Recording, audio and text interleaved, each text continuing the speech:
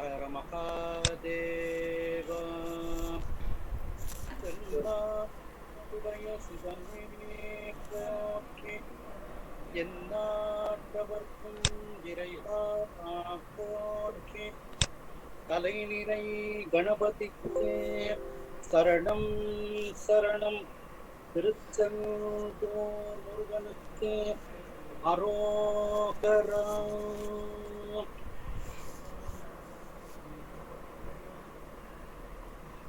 திருவாவடுதுறை ஆதீன குருமுகா சன்னிதானம் அவர்கள் கர்நாடக திருவடிகளை வணங்கியும், தருமபுர ஆதீனம் ஸ்ரீலஸ்ரீ குருமுகா சன்னிதானம் அவர்கள் பொன்னார் திருவடிகளை வணங்கியும், தருமபுர ஆதீன ஸ்ரீமத் மீனாட்சி சுந்தர தம்பிரான் சுவாமிகள் பொன்னார் திருவடிகளை வணங்கியும்,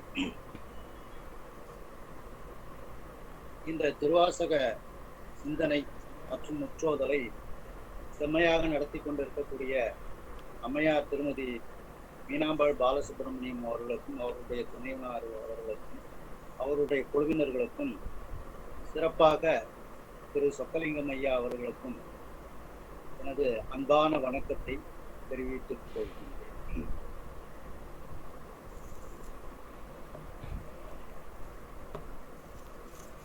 நாம் சென்ற திருக்கழுக்குன்ற பதிக சிந்தனையில்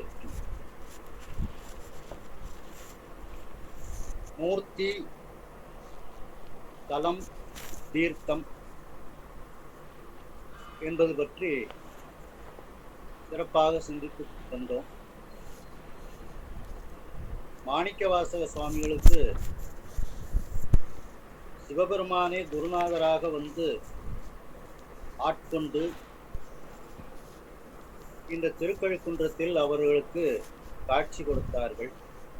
திருப்பெருந்துறையில் எப்படி இருந்தார்களோ அப்படியே வந்து காட்சி கொடுத்தார்கள். திருப்பெருந்துறையில் கணக்கு இல்லாத திருக்கோலத்தில் இருந்தார். அதே கணக்கு இல்லாத திருக்கோலத்தில் இருந்த அந்த குருநாதராக இந்த திருக்கழுக்குன்றத்திலும் கணக்கு இல்லாத திருக்கோலத்தில் அந்த குருநாதர் வந்து காட்சி கொடுத்தார்.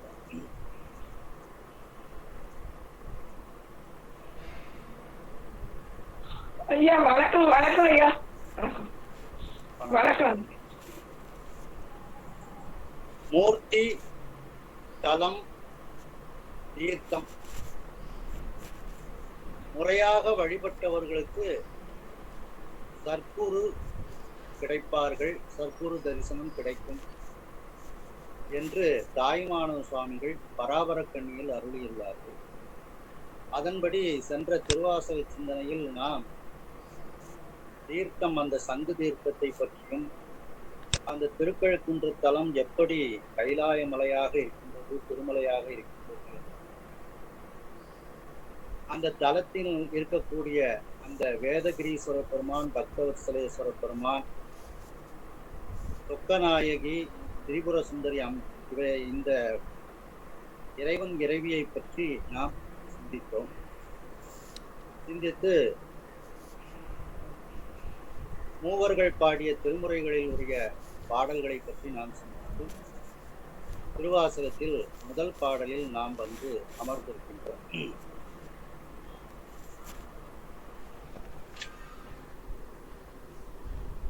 அந்த பாடலை பாடுகின்றேன்.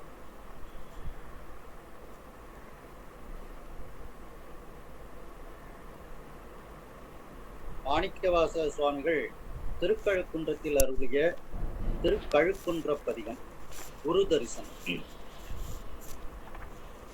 பிணக்கீழாத பெருந்துறை பெருமான் உன்னாமங்கள் பேசுவார்க்கு, பிணக்கில்லாத பெருந்துறை பெருமான் உன்னாமங்கள் பேசுவார்க்கு, பிணக்கில்லாததொன்றுமே வரும் துன்பமே துடைத்து எம்பீரான், பிணக்கில்லாததொன்றுமே வரும் துன்பமே துடைத்து எம்பீரான், உனக்கில்லாததொன்று மேல் விழையாமல் எங்கினை ஒத்ததின், உனக்கில்லாததொன்று மேல் இழையாமல் என்றினை ஒத்தரின் கணக்கிலா திருக்கோலம் நீ வந்து காட்டினாய் கழுக்குன்றிலே.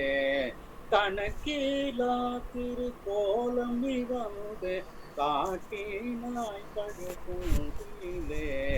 விட்டு நேர்வடமன் சுமந்த பெருந்துரை பெரும்பித்தனே. விட்டு நேர்வடமன் சுமந்த பெருந்துரை பெரும்பித்தனே. சக்க நேர்வட வந்திலாத பழக்கனேன் துணை சாத்திலேன். சக்க நேர்வட வந்திலாத பழக்கனேன் துணை சாத்திலேன். சிட்டனே சிவலோகனே திருநாயினும் கடையாய. சிட்டனே சிவலோகனே திருநாயினும் கடையாய. தென்கட்டனேனை ஆட்கொள்வான் வந்து காட்டினாய் கழுக்குன்றிலே. தென்கட்டனேனையும் ஆட்கொள்வான் வந்து காட்டினாய் கழுக்குன்றிலே.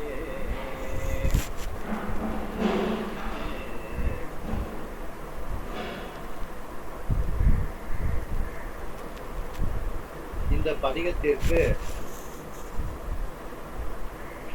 முதலில் காட்சி பதிகம் என்றுதான் இதற்கு தலைப்பு இருந்திருக்கின்றது. பிறகு திருக்கழுக்குன்றத்தில் பாடி அருள் செய்தமையால் இதற்கு திருக்கழுக்குன்ற பதிகம் என்று பெயர் வந்தது. 10 பாடல்கள் இருந்திருக்கும். நமக்கு 7 பாடல்கள் தான் கிடைத்திருக்கின்றன. நாம் செய்த தவக்குறை. முதல் பாடலில் பாருங்கள்.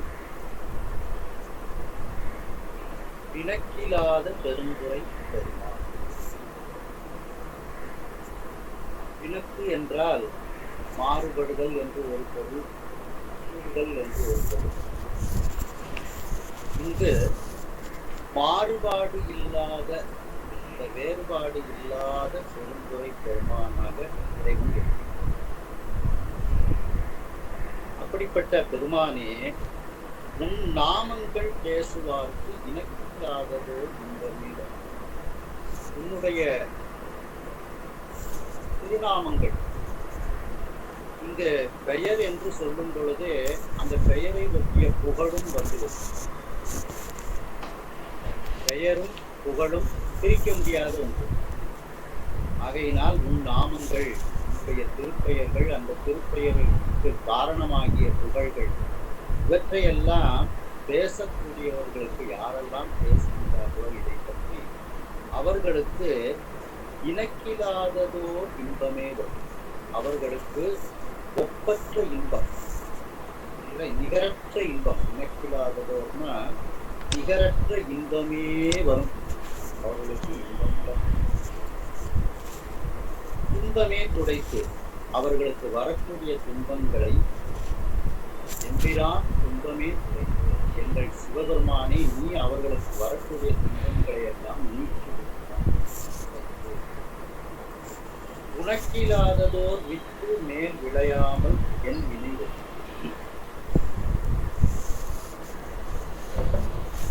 ஒரு விதையானது உலர்த்தப்பட்டு அது திரும்ப முளைப்பதற்கு அதை தயார் செய்ய வேண்டும். அந்த விதையானது அந்த ஈரப்பதத்தோடே இருந்தால் அது விளையாமல் ஆகும். அதில் அந்த மீண்டும் முளைக்கக்கூடிய தன்மை இல்லாமல் போகும். அதுபோல் அந்த ஈரத்திலே கிடந்த, காயாமல் கிடந்த அந்த வித்து எப்படி மீண்டும் விளையாத தன்மையை அடைந்திருக்கிறதோ, அதுபோல் என்னுடைய ஆகாமிய வினையை ஆகாமிய வினை அதன் பிறகு நீ கணக்கிலா திருக்கோலம் நீ வந்து பாரு. கணக்கில்லாத அப்படின்னா அளவில்லாத பெருமை உடைய, அப்படிப்பட்ட உன்னுடைய இந்த அழகிய குருநாதர் கோலத்தை, திருக்கோலம், இந்த குருநாதர் கோலத்தை நீ எனக்கு கழுக்குன்றத்தில் காட்டினார். எங்கிருந்து என்று வந்து கைலாயத்திலிருந்து திருக்கழுக்குன்றத்திற்கு நீ வந்து, கைலாயத்திற்கு சென்ற குருநாதர் அந்த கைலாயத்திலிருந்து திருக்கழுக்குன்றத்திற்கு நீ வந்து உன்னுடைய திருக்கோலத்தை திருக்கழுக்குன்றத்தில் எனக்கு காட்டினார். நான் அந்த குருநாதரை நான் இன்றைய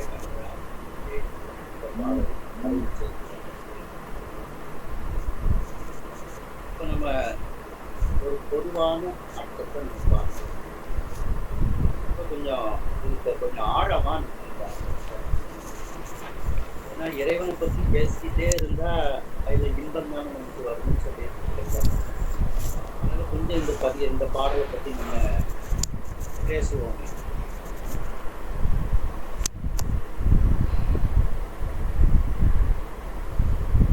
பிணக்கில்லாத பெருந்துரை பெருமான் அப்படிங்கிற மாறுபாடு என்பது இல்லாத அந்த திருப்பெருந்துறையில் உள்ள பெருமான், அவரிடத்தில் மாறுபாடு இல்லாமல் உன் நாமங்கள் பேசுவார். இதுல இந்த பிணக்கு அப்படிங்கிற வார்த்தைக்கு மாறுபடுதல், கூடுதல் அப்படின்னு அர்த்தம் இருக்கு. திருநாவுக்கரசு சுவாமிகள் 5ஆம் திருமுறையில ஒரு பாட்டை சொல்றாங்க.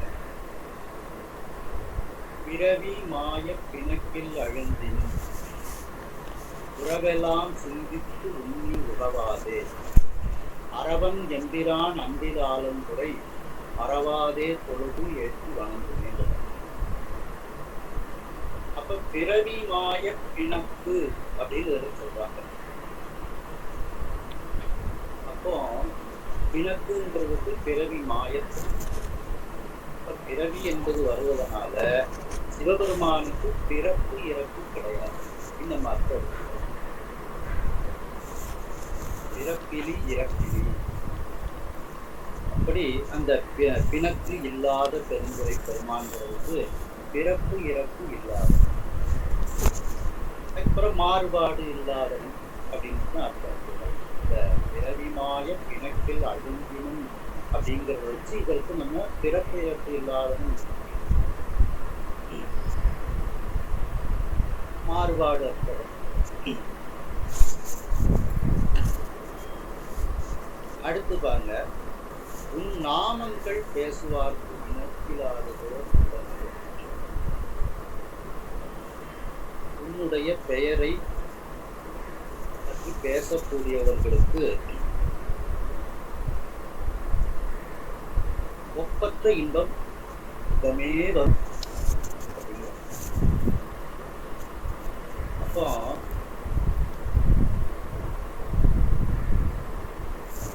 அந்த ஒப்பற்ற இன்பம் அப்படிங்கிறத பற்றி நாம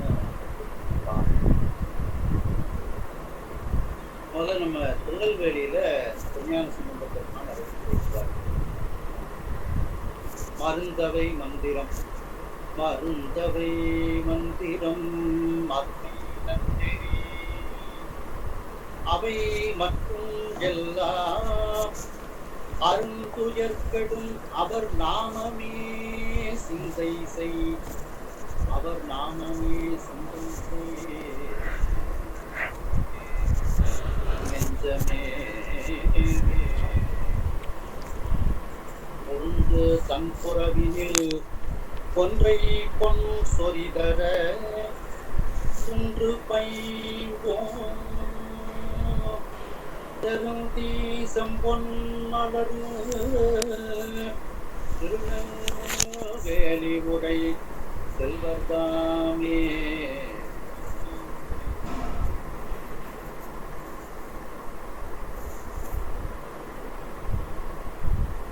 திருநெல்வேலி பெருமானினுடைய நாமம் மருந்தாக இருக்கிறது, மந்திரமாக இருக்கிறது, அருமை நன்னெறியாக இருக்கிறது, மற்றும் எல்லாமாக அந்த நாமம் இருக்கு. அந்த நாமம் அருள் உயரை கெடுக்கக்கூடியதாக இருக்கிறது. அந்த நாமத்தை நாம் நிலைப்பா நிலைப்பா அதான் சொல்லிட்டே இருந்தாலே நமக்கு இந்த ஒப்பற்ற இன்பம் வரும்.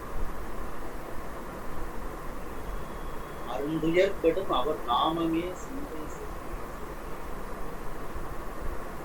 அப்போ உன் நாமங்கள் பேசுவார் இன்பம் வரும். அடுத்து பாருங்க,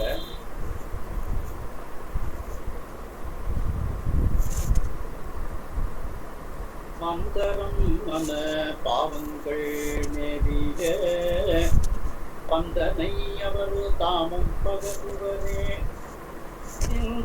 வல்வினை செல்வமும் மல்குமார் நந்தி நாமம் நமச்சிவாயவே. சிவபெருமானினுடைய நாமமே நமச்சிவாயமாக இருக்கிறது. அந்த நமச்சிவாய நாமத்தை நாம் சொல்லிக்கொண்டே இருந்தால் வல்வினை சிந்தும் செல்வமும் நமக்கு இன்பம் வரும். அடுத்து பாருங்க,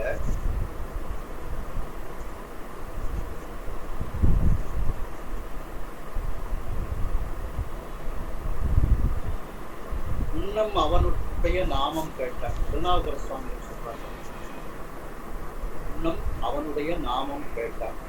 கேட்டல் என்பது ஒருவரிடத்தில் பேசுதல். பேசினால்தான், கேள்வியை கேட்டால்தான் அங்கிருந்து நமக்கு பதில் கிடைக்காம பேசுகின்றன. நாமங்கள் பேசுவார். இன்னும் அவனுடைய நாமம் கேட்டாள், நோக்கி அவன் இருக்கும் வண்ணம் கேட்டாள், பின்னை அவனுடைய ஆரூர் கேட்டாள், பெயர்க்கும் அவனுக்கே அன்னையையும் அத்தனையும் அன்றே நீட்டாள், அகன்றாள் அகப்பட்டார் ஆச்சாரத்தில்.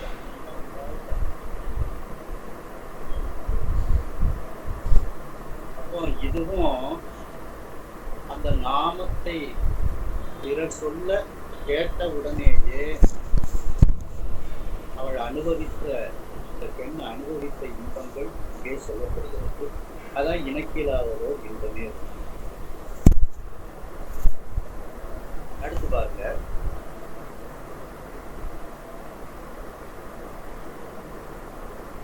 பாசமான களைவார். சம்பந்த பெருமாள் சொல்றாங்க, பாசமான களைவார் பரிவார்க்கு அமுதம் ஆசை தீர கொடுப்பார், அலங்கல் விடைமேல் வருவார், காசை மலர்வோர் முடற்றார், கடவுள் மயானம் பேச வருவார். பேச வருவார் ஒருவர், அவர் எம் பெருமான். அந்த கடவுள் மயானத்தில் அமர்ந்திருக்கக்கூடியவர்களுடைய அந்த நாமங்களை பற்றி நாம் பேச அவர் வருவார். நாம் அவரை பற்றி பேசிக்கொண்டே இருந்தால் அவர் நமக்கு வருவார். பேச சமாபத்துடன் வருவார். ஆசை தீர கொடுப்பார் தான் இன்பமே வரும். எனக்கு இல்லாததோர் இன்பமே வருங்கிறது இது ரெண்டு விதமா அர்த்தம் எடுத்துக்கலாம். நம்முடைய ஆசைகள் எல்லாம் தீருமாறு கொடுக்க வேண்டியதை கொடுப்பார். நம்ம என்னெல்லாம் ஆசைப்பட்டோமோ அதெல்லாம் நமக்கு கிடைக்குமாறு அது அப்படி ரெண்டு விதமா அர்த்தம். இன்பமே வரும். அடுத்த ஒரு பாடல் பாருங்க, இவனும் நாமம் தனக்கே உடைய செம்மேனி. நாமம் தனக்கே உடைய செம்மேனி. அவனுடைய நாமம் சிவன். அவன் என்னை ஆட்கொண்டு அழித்திடுமாகில் அவன் துணையான் அவன் நாமம் இவன் என்னை பன்னாள் அழைப்பொழியான் என்று எதிர்ப்படுமே. அந்த எதிர்ப்படுமே அப்படிங்கிறது தான் நீ வந்து குருநாதர் கோலத்தை காட்டினாய் திருக்கழுக்குன்றிலே என்பது. அடுத்து பாருங்க,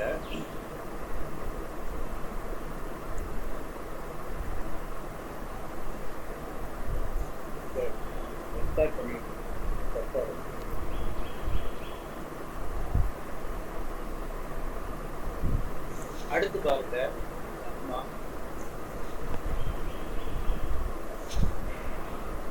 இடைத்தலமாக உன் நாமத்து எழுத்து அஞ்சு என் நாவில் கொண்டேன். நாமமாகிய அந்த எழுத்து அஞ்சையும் என்னுடைய நாவில் கொண்டேன். இடைத்தலம் அல்லேன், எழுகிறப்பு உனக்கு ஆட்சேபிப்பேன், உடைத்து போகேன், அடைக்கலம் கண்டாய் அன்பு. நான் உன்னுடைய அடைக்கலம் என்பதே இன்பம். அந்த நான் உன்னிடத்தில் அடைக்கலமாக இருக்கின்றேன் என்ற வார்த்தையே நமக்கு மிகப்பெரிய இன்பம். அடைக்கலமாக உன் நாமத்தையும் நாம் அடுத்து பாருங்க. இப்போ நாமங்கள் அப்படின்ட்டு ஒரு பன்மையிலக்கு சொல்றாங்க. இப்போ திருநாவுக்கர சுவாமிகள் என்ன சொல்றாங்க? வேறாயிரம் பரவி வானோர் ஏற்றும் பெருமானும் பிரிவிழா அடியார்க்கு என்றும் வாராத செல்வம் வருவிப்பானை மந்திரமும் தந்திரமும் மருந்துமாகி தீரா நோய் தீர்த்து அருள வல்லானை திரிபுரங்கள் தீயளத்தில் சிலை கை கொண்ட புகழானை கொண்டிருக்க வேண்டும். அப்போ அவருக்கு 1000 திருநாமம், 1000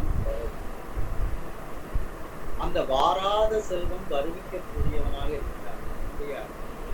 இந்த நாமம் 1000 நான் வரவினால் அவன் வாராத செல்வம், அதுதான் சுத்தமே வரும். நோய் தீர்த்து அருள வரலாம், அதுதான் இதே கருத்தை மாணிக்கவாசக சுவாமி சொல்றாங்க. பெருமாளும் பங்கியாய் குருநாம் அதியவோர் அங்கனாய் ஆண்டு கொண்டார். ஒரு நாமம் ஓர் உருவம் ஒன்றும் இல்லாருக்கு. ஒரு நாமம் ஓர் உருவம் ஒன்றும் இல்லாருக்கு 1000 திருநாமம் பாடினான் கொள்ளேனும் சொல்லாமோ. அந்த 1000 திருநாமத்தை நாம் பாடி அதை திரும்ப அந்த நாமத்தினுடைய பெருமைகளை எல்லாம் சிந்தித்து நாம் பேசும் பொழுது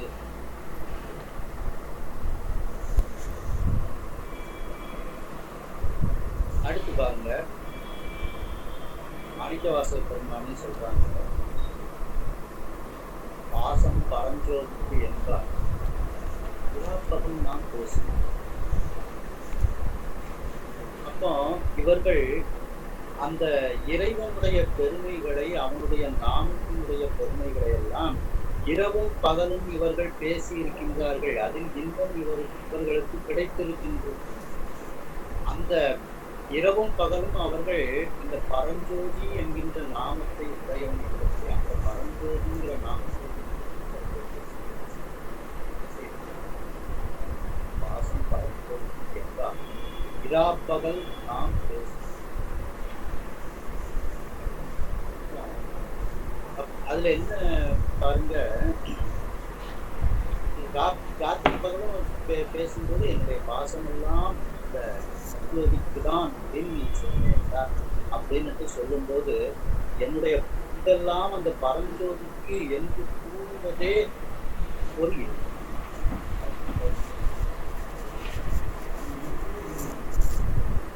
இவ்வாறு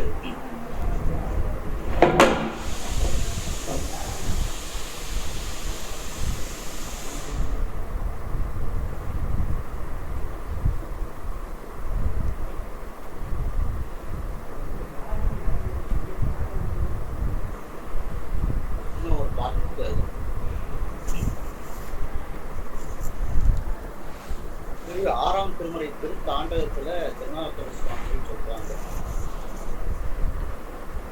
ஆலைப்படு கரும்பின் சாறு போல அன்னிக்கும் குஞ்செழுத்தின் நாமத்தான் இளங்குடையடியார் சிந்தையான்கான் திரிபுரம் மூன்று எரி கொடுத்த சிலையினான்கான் பாலினோடு தயிர் அருணை ஆடினான்கான் பண்டரந்த வேடன்கான் பரிவேறான்கான் வேலை இடம் கொண்ட நிலத்தினான்கான். அப்போ அஞ்செழுத்து என்கின்ற நாமத்தை உடையவனாக இருக்கின்றான். அந்த அஞ்செழுத்தை பற்றி பேசும் பொழுது, அவனுடைய நாமத்தை பற்றி பேசும் பொழுது என்ன ஆகின்றதாம், வானிலிருந்து ஒரு சுவை தோன்றுகின்றது.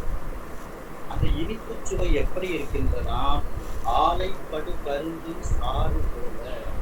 அந்த கருப்பஞ்சாறு எப்படி நமக்கு சுவை தருமோ அதுபோல அன்னைக்கும் தினத்துக்கும் அப்படி அந்த திட்டிக்கும் அஞ்செழுத்தும் நாம் அந்த அஞ்செழுத்தின் பற்றி நம்ம பேசும்பொழுது நமக்கு அந்த நாவில் ஒரு இனிப்பு சுவை கரும்பினுடைய சுவை தோன்றுகிறது. அதுதான் நினைக்கிறார் ஒப்பற்ற இன்பம் என்று திருநாவுக்கர சுவாமிகள் இதில் கூறுகின்றார்கள். இவ்வாறு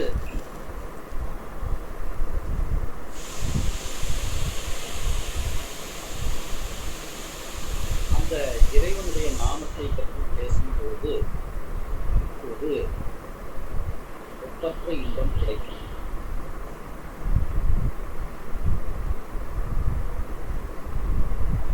இன்பமே இப்போ உங்களுக்கு உன் நாமங்கள் பேசுவார் குணத்திலாகவோ இன்பமே வரும் என்பது நன்றாக அப்ப அவனுடைய நாமம் 1000 நாமம் எழுத்து இருக்கின்ற நாமம் நமச்சிவாய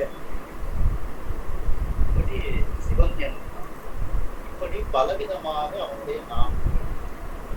அந்த நாமத்தை பேசக்கூடியவர்களுக்கு ஒப்பற்ற இன்பம் வரும்.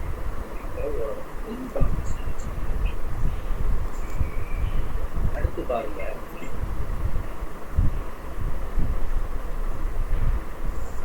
துன்பத்திலும் நாம் இன்பமாக இருக்க வேண்டும். இன்பத்திலும் இன்பமாக இருக்க வேண்டும். அதுவும் ஒப்பற்ற இன்பம் தானே. அதுதான் திருநாவுக்கர சுவாமிகள் என்ன சொல்றாங்க, தலம் பூவோடு தூபம் மறந்து அறியேன், தமிழோடு இசை பாடல் மறந்து அறியேன், நலம் தீங்கினும் நல்லது தீயது இதாகும் அனைத்திலும் நான் உன்னை மறவாது இருக்கின்றேன். ஆகையினால் அது துன்பத்தில் இருக்கும் பொழுது அப்படி துன்பத்தில் இருக்கும் பொழுதும் நமக்கு இணைக்கிறதாகவோ அவனுடைய நாமங்களை பற்றி நாம் பேசும்போது நமக்கு ஒப்பற்ற இன்பம் வரும். அந்த துன்பத்தில் இன்பம் என்பதற்கு திருநாவுக்கர சுவாமிகளை நம்ம பார்க்கணும். சொற்றுணை வேதியன் சோதிவானவன் கற்புனை கூட்டிவோர் கடலில் பாய்ச்சும் நமச்சிவாய. அந்த நமச்சிவாய என்ற நாமம் தான் அந்த துன்பத்திலும் எனக்கு இன்பத்தை கொடுத்தது. அதே மாதிரி மாசில் வீணை அந்த துன்பத்துல பாருங்க,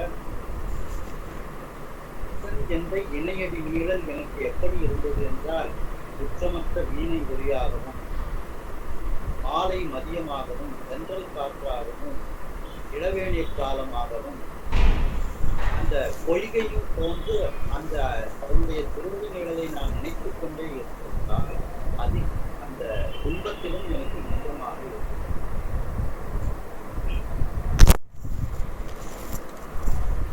அடுத்து யானையை விட்டு இடறச் சொல்லுவாங்க.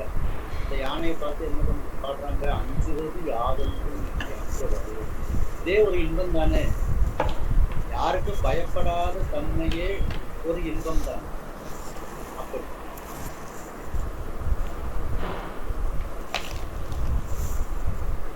திருநாவுக்கர சுவாமிகள் இந்த நாமங்களை பேசினால் இன்பம் வரும் என்று தம்முடைய பாடலில் தன்னுடைய வாழ்க்கையை வைத்தே பதிவு செய்கிறார். கல்லினோடு எனை பூட்டி அம்மன் கையர் ஒல்லை நீர் புக ஊட்ட என் வாக்கினால் நெல்லு நீழ்வயல் நீல புதியரன் நாமமே மதிப்பு. அவனுடைய அந்த நல்ல நாமத்தை நான் சொல்லி அந்த துன்பத்தில் இருந்து நான் துன்பத்தை அடைந்தேன் அப்படின்றது அந்த நாமத்தினுடைய பெருமையை பற்றி திருநாவுக்கர சுவாமிகள் சொல்லிட்டார். அடுத்து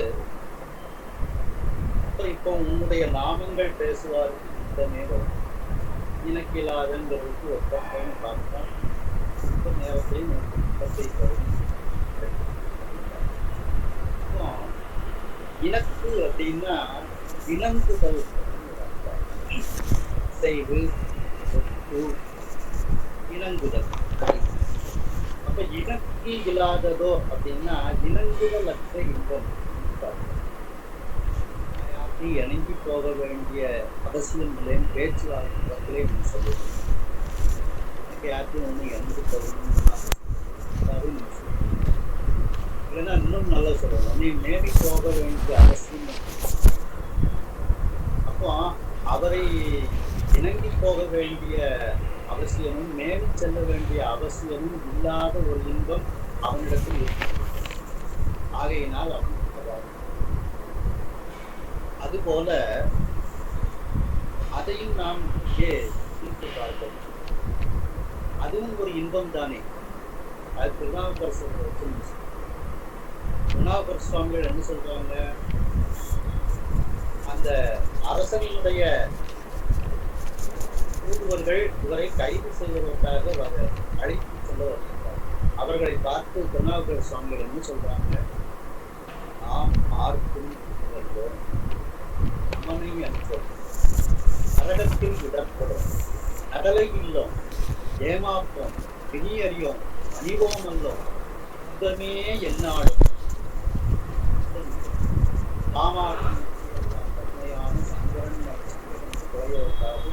கோமார்க்கை நாம் நீக்கி உயிரா ஆராய் பொய்மலர் சேவனையே பொறுமை.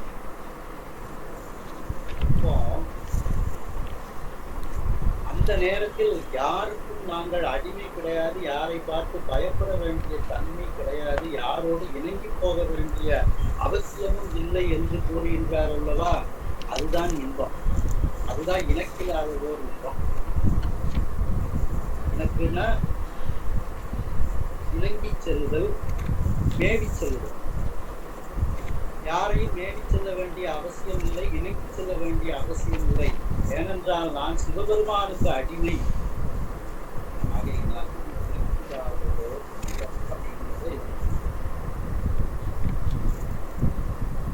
அடுத்து பாருங்க, அருணகிரிநாத பெருமான் சொல்றாங்க, நாள் என் செய்து செய்தான் என்னை நாடி வந்த தோல் உடுத்தோற்று குமரேசர் காலம் எனக்கு முன்னே வந்து தோன்றினேன். அந்த முருகப்பெருமான் எனக்கு முன்னால் வந்து தோன்றினால் எதுவும் என்னை செய்யாது, எதுவும் என்னை செய்யாது என்பதே ஒரு இன்பம். அந்த தைரியத்தோடு இருப்பதுதான் இணக்கில்லாதது. யமதர்மன்கிட்ட கூட நான் இணங்கி போகணுங்கிற அவசியம். இணக்கில்லாததோ இன்பம் யாரிடத்திலும் சுத்தமாக இருந்து போவாது. அதனால் வரக்கூடிய ஒரு அவசியம் அப்படி இணக்கில்லாததோ இன்பமே வரும் என்று இவ்வாறு மாணிக்கவாசகர் சுவாமி. அடுத்து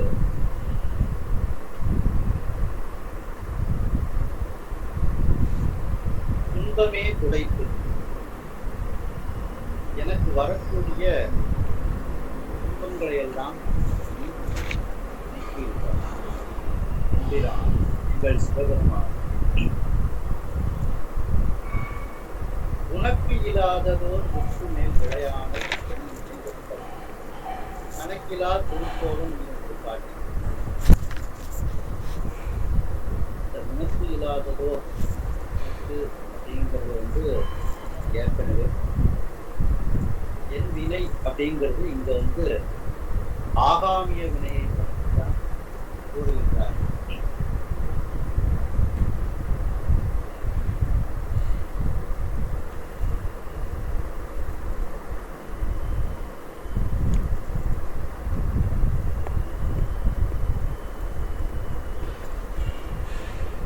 ஒருவர் அருள் பெறுவதற்கு அருள் பெறும்போதே அவருக்கு இருவினை வந்து அளவரிவாகும்.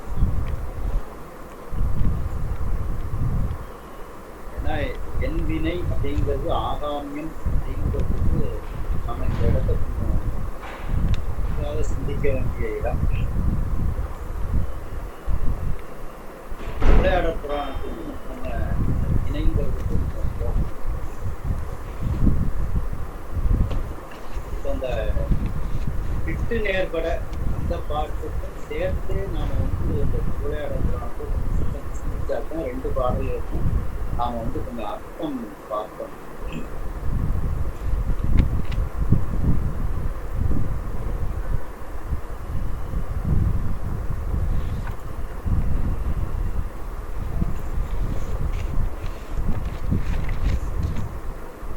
திருவிளையாடல் புராணத்துல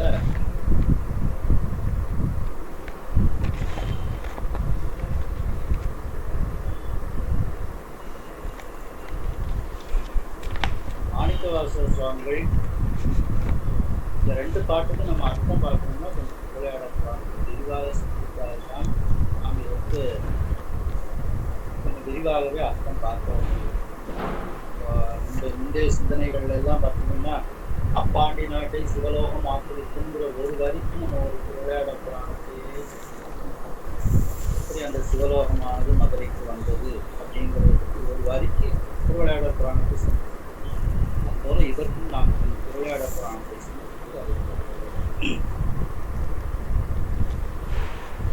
மாணிக்கவாசகர் சுவாமிகள்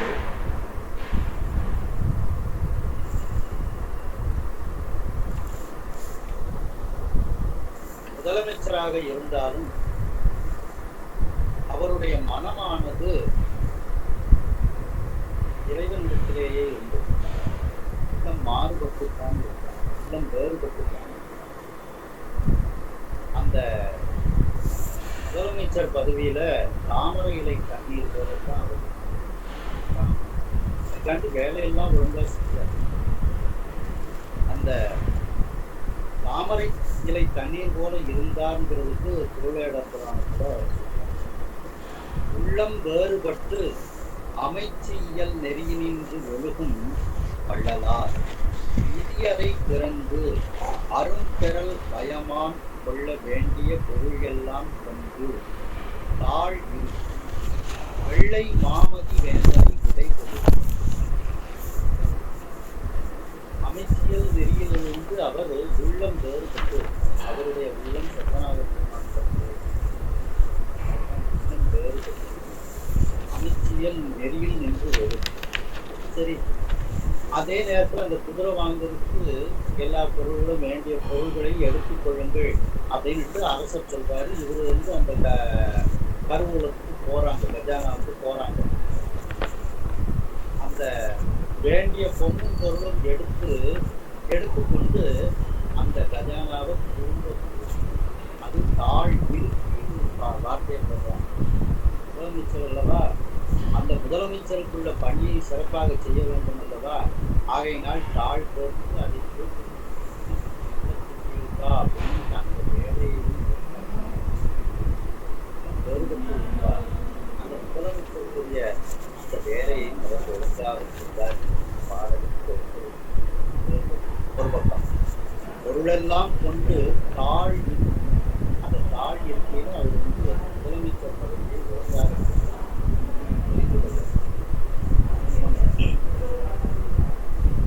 அடுத்தால பாருங்க.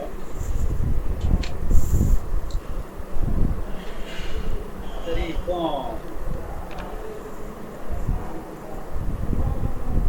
பொருள் எதற்காக பெற்றார்? குதிரை வாங்குவதற்காக பெற்றார். ஆனால் மாணிக்கவாசகர் சுவாமிகள் மதுரை எப்படி வழிபடுகின்றார் என்பது அடுத்த பாட்டு. இதெல்லாம் பொற்றாமரை குளத்துல போய் நீராடுகின்றார். ஏன்னா இதற்கு அந்த திருப்பரந்துறையில் குருநாதர் தரிசனம் கிடைக்க இருக்கின்றது. அப்ப குருநாதர் தரிசனம் கிடைக்க வேண்டும் என்றால் முதலில் என்னென்ன செய்ய வேண்டும் என்று தாய்மான சுவாமி சொல்கின்றார்கள். தலம், இதை முறையாக வழிபட வேண்டும். அப்போ தீர்த்தமாக அந்த மதுரை பொண்ணு பொருள் எல்லாம் ஒட்டகத்துல ஏற்றி போங்கன்னு சொல்லி இவர் கோயிலுக்கு போறாங்க. போய் முதல்ல பொற்றாமரை தீர்த்தம் மாணிக்கவாசகர் மதுரை ஆலயத்தை வழிபடக்கூடிய வழிமுறையை சொல்லுது. இதுதான் கடைசி வரைக்கும் வழிபட்டாங்க. பொற்றாமரை தீர்த்தத்தில் நீராடி விட்டு அங்கு இருக்கக்கூடிய விநாயகரை அந்த விநாயகரை வணங்கிவிட்டு முதலில் மீனாட்சி அம்மனைத்தான் வணங்கிவிட்டார். அதுக்கப்புறம் தான் சொக்கலிங்க பெருமானை போய் வணங்குவார். அந்த அங்கைய கண்ணம்மையை வணங்கிவிட்டு அந்த சொக்கநாத பெருமானை போய் வணங்கிவிட்டார்.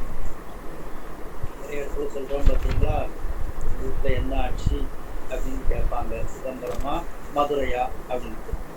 அதனால மாணிக்க வாசகரும் முதல்ல அந்த மீனாட்சி அம்மன் தான் சொக்கநாதர், மீனாட்சி அம்மையை பார்த்து விட்டு தான் சொக்கநாதரை போய் வழிபடுகிறார். இது 2-3 இடத்துல இந்த திருவிளையாடல் புராணத்துல வரும். இதான் அவர் வைத்துக் கொண்ட முறை. சரி, இப்ப மூலஸ்தானத்துக்கு போயாச்சு, சொக்கலிங்க பெருமானுக்கு போயாச்சு. போனதுக்கு அப்புறம் என்ன வேண்ட வேண்டும்? ராஜா சொன்ன காரியத்தை சொல்லி அவரை அறியாமல் ஒரு வேண்டுதல் வருகின்றது. ஒன்று வேண்டும் இப்பொருள் எல்லாம் உனக்கும் ஐம்பொறியும் வென்று வேண்டும் நின் அன்பர்க்கும் ஆக்குக, வெள்ளி மன்று வேண்டி நின்று ஆடிய வள்ளல் என் குறை மீது என்று வேண்டி நின்று ஏற்றுவார். என்ன வேண்டுதாங்க அப்படின்னு சொல்றாரு. நான் கொண்டு போற பொருள் எல்லாம் உனக்கு ஆக வேண்டும். பெருமானே, உனக்கு இந்த பொருள் எல்லாம் ஆக வேண்டும், உங்களுடைய அத்தியார்களுக்கு ஆக வேண்டும். பார்த்தீங்களா, சிக்கல் இங்கதான் முதல்ல வரும். குதிரை வாங்கக்கூடிய பொருளை சந்நிதியில போன உடனே இப்படி வேண்ட தோன்றி விடுகிறது மாணிக்க வாசகர். அந்த அவ்வாறு வேண்ட செய்ததும் சிவபெருமான் தான்.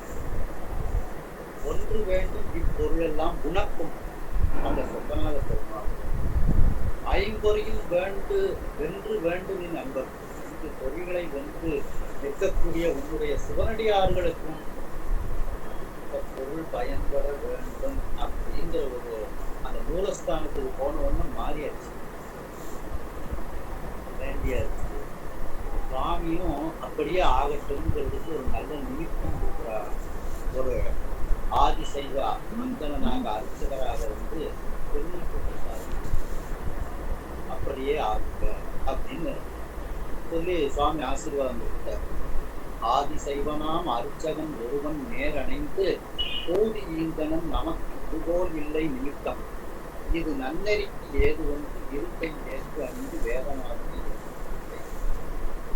சுவாமிகிட்ட விடைபெற்று அவங்க வந்து செல்ல ஆரம்பிச்சாச்சு. கீழையில் புறப்பட்டு செல்கின்றார். இவரு மாணிக்கவாசக சுவாமிகள் திருப்பெருந்துறைக்கு செல்வதற்கு முன்னமேயே இவரை அடிமையாக ஆக்க வேண்டும் என்று அந்த சொக்கநாத பெருமான் நினைத்தார். ஏனென்றால் மாணிக்க வாசகரிடத்தில் இருவினை ஒப்பு மலபரிபாகம் வந்துவிட்டது. அந்த இருவினை ஒப்பு மலபரிபாகம் வந்ததனால் இப்பொழுது குருநாதராக சென்று அவரை தன்னுடைய அடிமையாக ஆக்க வேண்டும். அதனால மாணிக்க வாசகர் திருப்பெருந்துறைக்கு செல்வதற்கு முன்னமேயே சுவாமி அந்த பயன்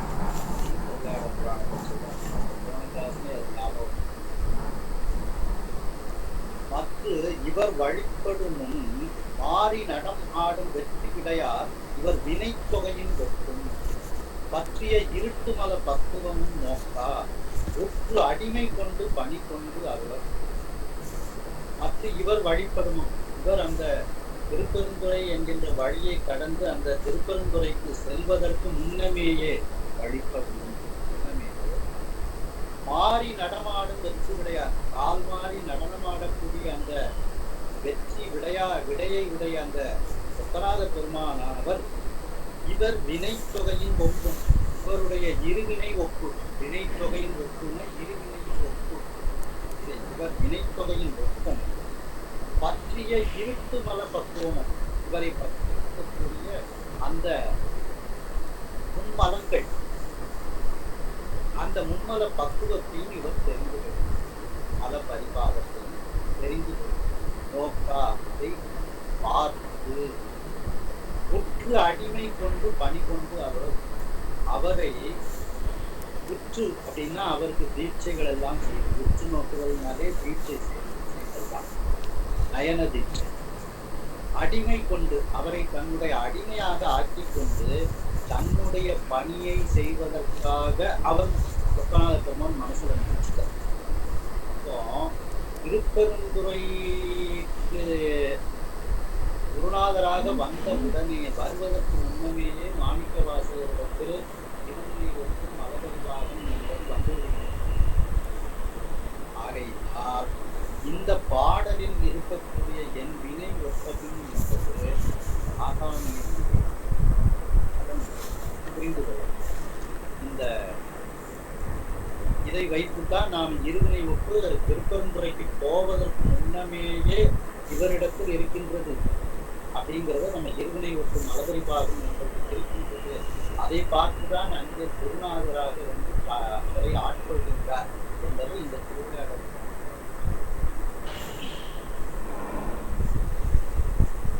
இப்பொழுது இந்த முதல் பாட்டுக்கு கொஞ்சம் உனக்கிலா என இந்த இடத்துக்கு எழுதியிருக்கிறாங்க. இது என் வினை ஒத்தபின் அப்படிங்கிறதுக்கு இருவினை ஒரு பக்கம் இருக்கு. உனக்கில்லாததோ விட்டு மேல் விளையாமல் என் வினை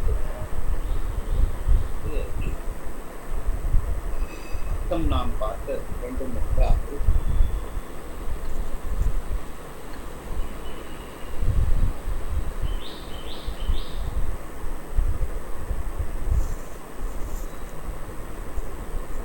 சிவப்பிரகாசத்துக்கு போகணும்.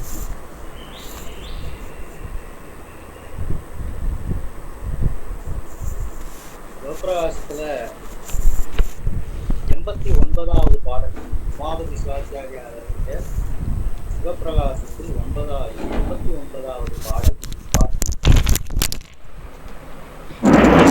எல்லையில் பிறவி நல்கும் இருவினை எரிசேர் விட்டின் ஒல்லையில் அகலும் ஏன்ற உடல் பழ வினையது ஊக்கம் கொல்லையில் வருதல் போல தோன்று இருவினையது உண்டே அல்வொலி குறையும் ஞான தழலுற அழிந்து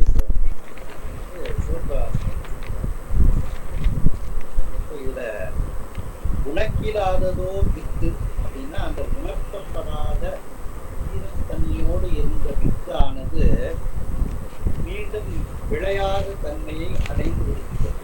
அதுபோல என்னுடைய ஆகாமிய வினையானது இந்த விளையாத தன்மையை அடைந்து விட்டது அப்படின்னு அதற்கு அப்புறம்தான் நீ எனக்கு உன்னுடைய அந்த அளவில்லாத பெருமை உடைய அந்த திருக்கோலத்தை நீ வந்து காட்டு என்று சொல்லியிருக்காங்க.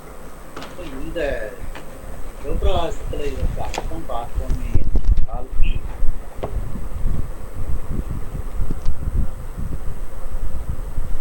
அளவற்ற பிறவிகளை தரக்கூடிய அந்த சஞ்சித கண்ணம் எல்லையில் பிறவி நல்கும் இருவினை அந்த அளவில்லாத பிறவிக்கு காரணமாக இருக்கக்கூடிய தொல்வினை இந்த பழவினை சஞ்சித வினையானது எரிசேர் வித்தின் ஒல்லையில் அகலும்.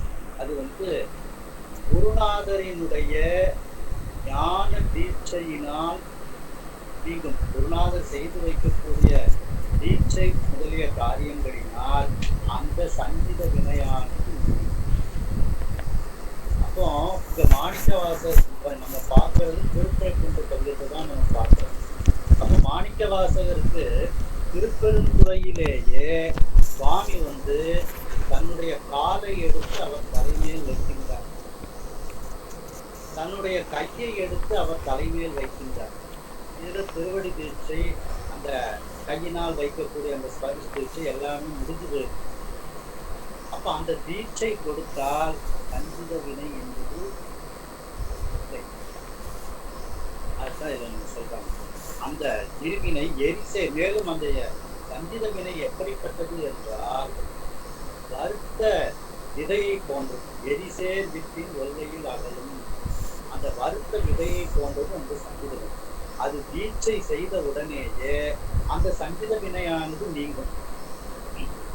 அடுத்து ஏன்ற உடல் பழவினையது ஊக்கம் தொல்லையில் வருதல் போல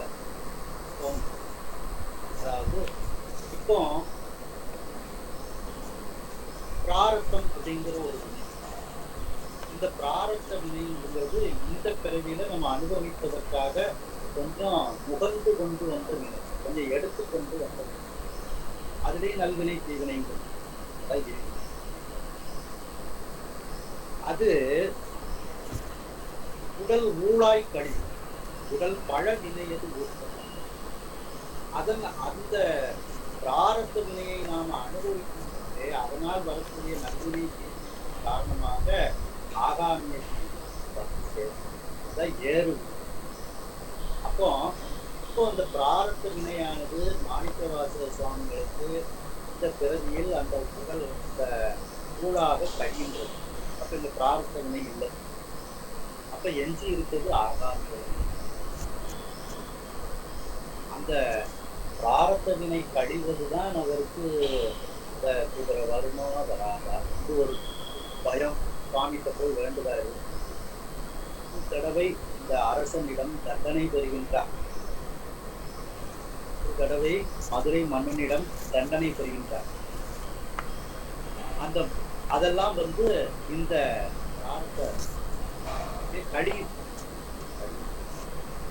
அந்த ஆகாமியவனை அந்த ஆகாமியவனை தோன்றும் இருவினையது உண்டே அல்பொழி குறையும் ஞான கழலுற அழிந்து போனேன். இந்த ஆகாமிய வினையானது அந்த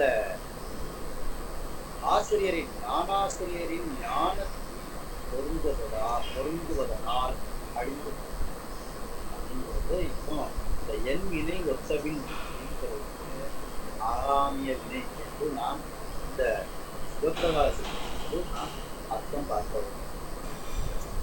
சேர் வித்து என்பது வறுக்கப்பட்ட விதை என்று பொருள் கொள்ளப்படும். வறுத்தெடுத்த வித்து வித்தாகவே இருந்தாலும் அது தோற்றமும் உள்ளீடு மாறாது இருந்தாலும் முளைக்கும் அப்படிங்கிற பயன். இதே கருத்தை திருவருட்பயன்லையும் சொல்றாங்க. திருவருட்பயன்ல 98வது பாடல்ல வருகிறாங்க. ஏன்ற வினை உடலோடு ஏதும் இடையேறும் வினை தோன்றில் அருளே பாட்டு இதே கருத்தை. அதாவது முகரை எடுத்துக்கொண்ட வினைகள் உடல் ஊழாக நின்று நீக்கும். பிரார்த்தகம் புதிய வினை இடையிலே புதிய வினை தோன்றுமாயின் அதனை திருவருளே சுற்றல். கடைக்கால ஒரு வினை வருவது என்றால் அதை அந்த குருநாதனுடைய திருவருளே நீக்குவது அப்படிங்கிறத சொல்றாங்க. பழவினையாகிய சஞ்சிதம் தீக்கையினால் போகும். உகர்வினையாகிய பிராரத்தம் உடல் ஊழாய் கழியும். ஏறுவினை ஆகிய ஆகாமியம் சிவஞானத்தாலே. அப்போ தீட்சை ஏற்கனவே திருப்பெருந்துறையில் நடந்ததனால் சஞ்சித வினை போய்விட்டது. இப்போ பிராரத்த வினை உடல் ஊழாய் கழியும். அதான் அவரே இந்த குதிரவாங்குறது பாண்டியன் திருத்தப்படுவது, திரும்ப பாண்டியன் பக்கத்திலிருந்து விலகி சுவாமியினுடைய கட்டளைக்கு தலங்கள் எல்லாம் தரிசனம் செய்து திருக்கழுக்குன்றம் திரும்ப சிதம்பரத்துக்கு போக்குறாங்க. இது உடல் ஊழாய் கழிக்கின்ற பிராரத்தம். ஏர்வினையாகிய ஆகாமியம் தன்னோடு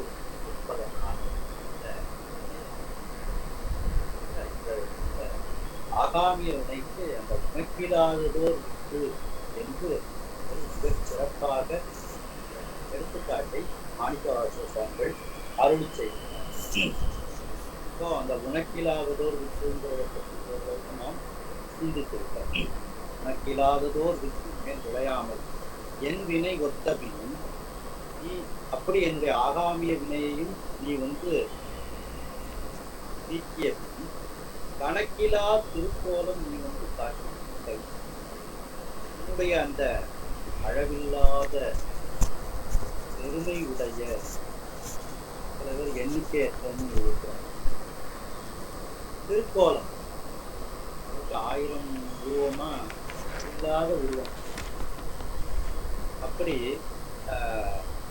அளவில்லாத அந்த திருக்கோலத்தை நீ எனக்கு அந்த எப்படி நான் திருப்பெருந்துறையில் உன்னை குருநாதராக உன்னை தரிசனம் செய்தனோ அந்த குருநாதராகவே நீ வந்து இந்த திருக்கழுக்கின்றது எனக்கு நீ காட்சி கொடுக்கிறாய்.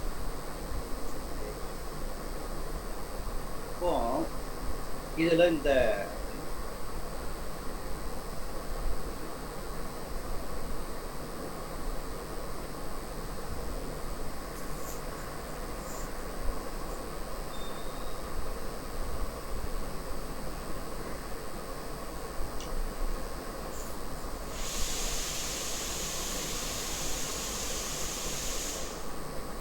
கணக்கிலா திருக்கோலம் அப்படிங்கிறத சிரிச்சு பார்க்கலாம். கணக்கிலா திருக்கோலம்ங்கிறத அதற்கு பொதுவான ஒரு அர்த்தமாக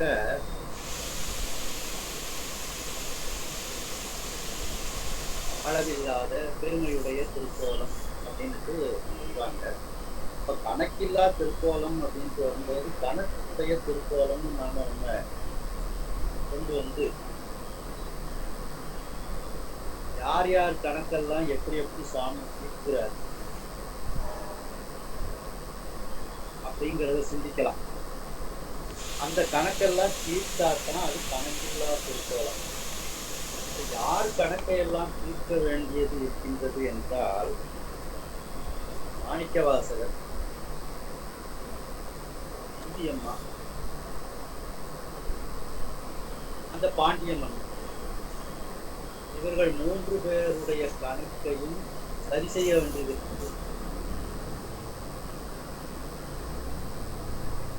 குருநாதராக திருப்பெருந்துறைக்கு மாணிக்கவாசகர் செல்வதற்கு முன்னே இறைவன் சென்ற கோலம் கணக்கு இல்லாத திருக்கோலம். அங்கே எந்த வரவு செலவும் இல்லை. சாமி குருநாதரா போறார். அப்போ இடையில ஒரு வரவு செலவு ஒரு கணக்கு வந்து முதல்ல திருப்பெருந்துறையில் காட்சி கொடுத்தது கணக்கில்லாத திருக்கோலம். அந்த திருக்கோலத்தை பார்த்தவுடன் ஒரு கணக்கு வந்துருது. கொண்டு போன செல்வத்தை எல்லாம் கோயில் கட்டுவதற்கும் சிவனடியார்களுக்கும் பயன்படுத்தியிருந்தாங்க. இது ஒரு கணக்கு. வந்தியம்மா அந்த அம்மாட்ட சுட்டு வாங்கி சாப்பிட்டார். இது ஒரு கணக்கு. இதையெல்லாம் அறியாமல் தண்டனை கொடுத்த அந்த பாண்டியம்மன் அவனுடைய கணக்கு. அவனுடைய செல்வம் தானே இப்போ ஆவுடையார் கோயில் கட்டுவதற்கும் அந்த சிவனடியார்களுக்கும் அந்த பாண்டிய மன்னனுடைய கணக்கில இருந்துதான் பெயர்.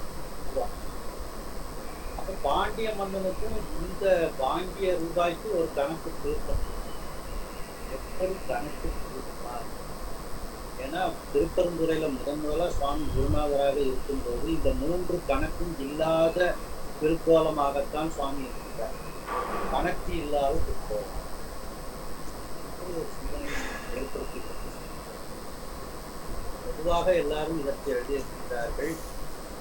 அளவில்லாத ஒப்பற்ற பெருமையுடைய கோலம் எழுதியிருக்கிறாங்க. ஆனா இந்த ஒரு சிந்தனையை நாம எடுத்துக்கலாம்.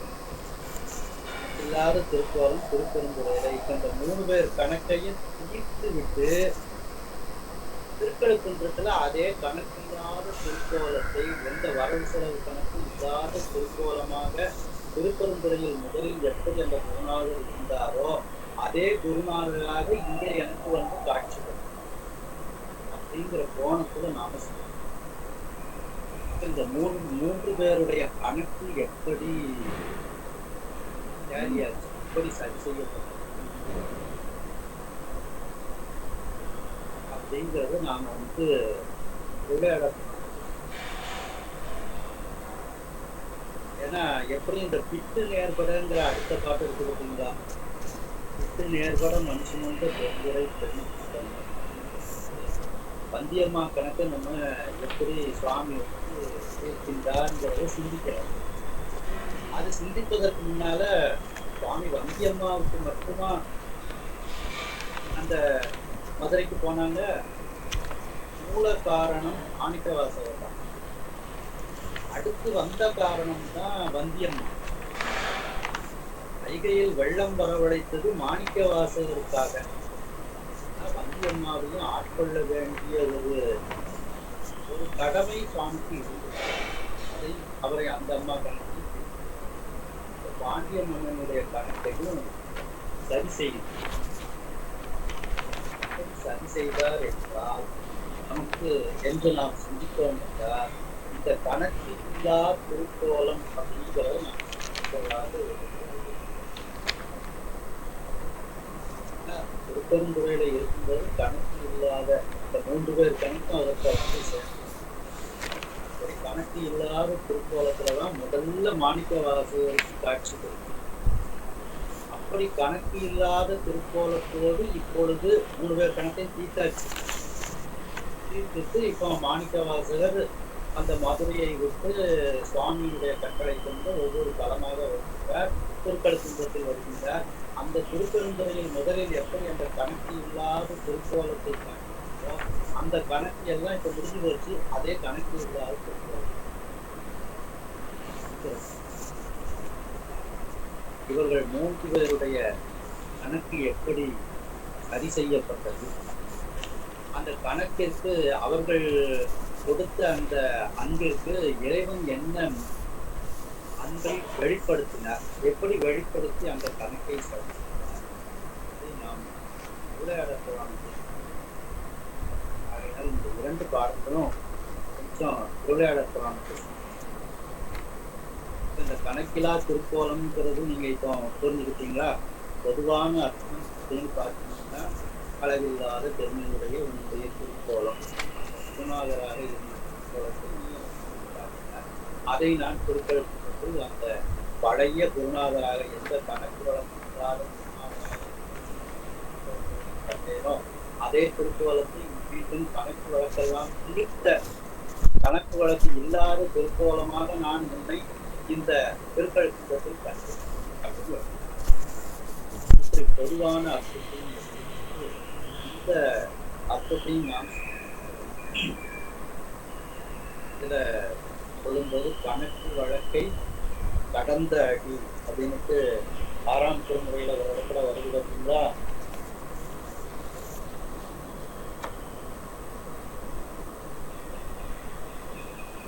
ஆறாம் திருமுறையில திருவதிகை விரட்டானத்துல திருநாவுக்கர சுவாமிகள் சொல்றாங்க, கைதழுவார் தாமம் போய் போகாதடி பஞ்ச வலைப்பாடு ஒன்று இல்லா அடி கை தொழுது நாம் ஏற்றி காணும் அடி கணக்கு வழக்கை கலந்த நெய் தொழுது நாம் ஏற்றி ஆற்றும் அடி கீழ் விசும்பை ஊடறுத்து நின்ற அடி தெய்வ துணர்கெடில நாடன் அடி திருவீரட்டான கணக்கு வழக்கை கலந்த அறியாத திருநாவுக்கர சுவாமிகள் சொல்றாங்க. இன்னொரு இடத்துல சுவாமி கணக்கெழுதுகிறாருன்னு சொல்றாரு. பொழுது பூமலர் தூவி துதித்து நின்று அழுது காமுற்று அரட்டையாரையும் பொழுது போக்கி புறக்கணிப்பாரையும் எழுதும் இந்த இன்னப்பர் ஈசன் கணக்கெழுதக்கூடியவராகவும் இருக்கிறார் அப்படின்னு திருநாவுக்கர சுவாமிகள் சொல்கின்றார். அதையெல்லாம் இந்த கணக்கிலா திருக்கோலம்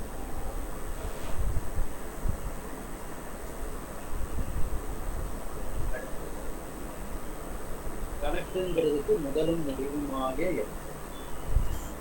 கணக்கு இல்லாத முதலும் முடிவும் ஆகிய எல்லை இல்லாத திருக்கோலம் ஆதியும் அந்தமும் அறுப்பெரும் அப்படிங்கிறது தான் இந்த கணக்கு திருக்கோலம். நாம் இந்த கணக்கினுடைய திருக்கோலத்தில் சிந்திக்க வேண்டிய கட்டாயத்தில் இருக்கின்றோம். அடுத்த பாடலில் விட்டு நேர்பட மனுஷன் வந்து பெருந்துரை சிந்தனை அப்படின்றதுல சுவாமி எப்படி கணக்கு வழக்க தீர்த்தாரு அப்படின்ட்டு இப்பொழுது முதல் பாடல் ஓரளவுக்கு உங்களுக்கு புரிந்திருக்கும்.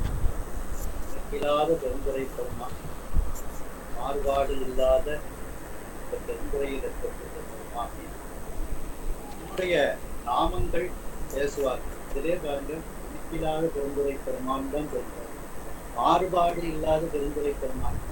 அப்போ அந்த மாறுபாடு இல்லாத பெருந்துரை பெருமானை நான் இந்த கழுக்குன்றத்தில் கண்டேன். என்ன மாறுபாடு இல்லாத? முதலா அந்த திருப்பெருந்துறையில் அவர் திருநாளாக காட்சி கொடுக்கும் பொழுது, ஆட்கொள்ளும் பொழுது எந்த கணக்கு வழக்கும் சிவபெருமானுக்கு இல்லை, மாணிக்கவாசகருக்கு இல்லை. திருவோண செல்வம் அப்படியே இருக்கின்றது, அவ்வளவுதான். அதுக்கப்புறம் தான் அது பயன்படுத்தப்படுகின்றது. அந்த கணக்கு அதுக்கப்புறம் தான் வருது. அதனாலதான் முதல்லயே தெரிந்தார், அந்த மாறுபாடு வேறுபாடு இல்லாத, மாறுபாடு கணக்கு வழக்கம் இல்லாத உன் நாமங்கள் பேசுவார். உன்னுடைய பெயரையும் புகழையும் யாரெல்லாம் பேசிக் கொண்டிருக்கிறார்களோ அவர்களுக்கு இணக்கிலாததோ, அவர்களுக்கு ஒப்பற்ற இணங்குதலற்ற நேவுதலற்ற இன்பங்கள், அது ஒப்பற்ற இன்பம் வரும். யாரையும் அவர்கள் சார்ந்து இருக்க வேண்டிய அவசியம் தான் இணங்குதல், நேவுதல். சிவபெருமானை மட்டுமே சார்ந்து இருந்தால் போதும். சார்ந்தவர்க்கு இன்பங்கள் அப்படி அந்த இணங்குதலற்ற இன்பம், மேவுதலற்ற இன்பமே எனக்கு வரக்கூடிய குற்றங்களையெல்லாம் 3 தடவை மாணிக்கவாசகருக்கு அந்த அரசன் தண்டனை கொடுக்கும். அந்த 3 தடவையும் அவர் சிவபெருமானை நினைப்பதனால் அந்த தண்டனை எல்லாம் அவருக்கு தண்டனையாக தெரியவில்லை. அந்த தண்டனை எல்லாம் சொக்கநாத பெருமானை வாங்கிட்டார். அதையெல்லாம் திருவிளையாடல் புராணத்துல பார்க்கிறோம். எப்படி திருநாவுக்கர சுவாமிகள் சிவபெருமானினுடைய திருவடி நிலையே நினைப்பதனால் அந்த சுண்ணாம்பு காலவாசலானது குற்றமில்லாத வீணையை போன்றும், மாலை மதியத்தை போன்றும், தென்றல் காற்றை போன்றும், இளவேனை காலம் போன்றும், குளிர்ந்த பொய்கையை போன்றும், இந்த தாமரை தடாகம் போன்றும் அந்த சுண்ணாம்பு காலவாசல் இருந்ததோ அதுபோல மாணிக்கவாசகர் மீது கல்லை ஏற்றி, பாரத்தை ஏற்றி அவரை நிறுத்த விரும்புகிறார். அந்த கல்லினுடைய பாரத்தை சொக்கநாத பெருமான் தாங்குகின்றார். இவர் மேல கல்லு வச்ச உணர்வே இல்லாம இருக்கிறார். அடியார் பாரமும் மேல பாரத்தை ஏற்றி வைக்கிறாங்க. மாணிக்கவாசகர் மேல பாரம் இருந்ததாகவே அவருக்கு தெரியவில்லை. நார்மலா அவர் இருக்கிறார். அந்த பாரத்தை எல்லாம் சொக்கநாத பெருமான் வாங்கி போயிட்டார். அப்படியே அந்த அரசனிடத்திலிருந்து துன்பங்கள் வரும்போதெல்லாம் அதெல்லாம் அந்த உனக்கில்லாததோ இருக்கு, இந்த உயர்த்தப்படாத ஒரு எப்படி மீண்டும் விளையாத தன்மையை பெறுகின்றதோ அதுபோல் என்னுடைய ஆகாமிய வினையெல்லாம் அதன் பிறகு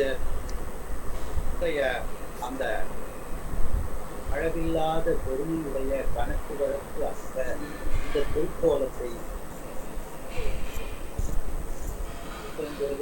முதலில் நீ எனக்கு எப்படிப்பட்ட குருநாதராக இருக்கிறார்களோ அதே குருநாதர் இப்பொழுது நீ எனக்கு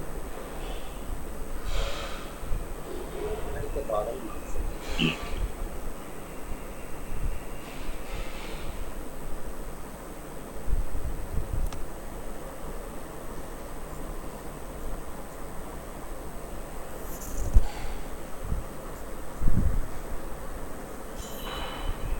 விட்டு நேர்பட மண் சுமந்த பெருந்துரை பெரும் குத்தனை.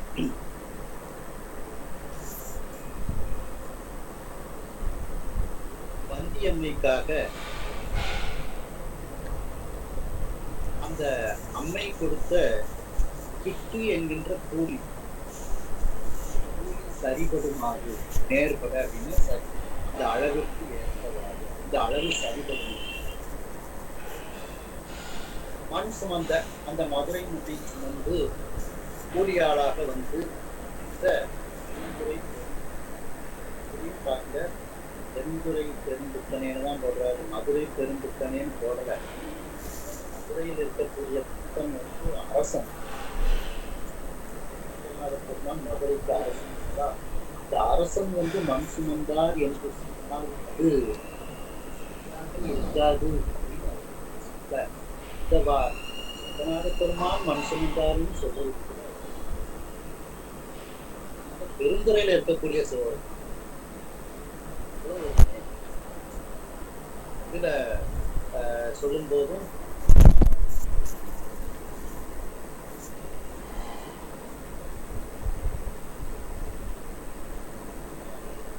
மண் சுமந்து கூலி கொண்டு போவால் பொன் சுமந்த பொன்மையின் பாடுகின்றான் மானார் அப்படின்னு தான் சொல்றாரு. மண் சுமந்த பாட பரிசு படைத்தருளும் பெண் சுமந்த பாகத்தன் பெருந்துறையான்னு தான் அங்க சொல்றாரு. மதுரையில இருக்கக்கூடிய சொக்கநாத பெருமான்னு சொல்லவே இல்லை. ஏன்னா அவர் அரசர். அரசர் வந்து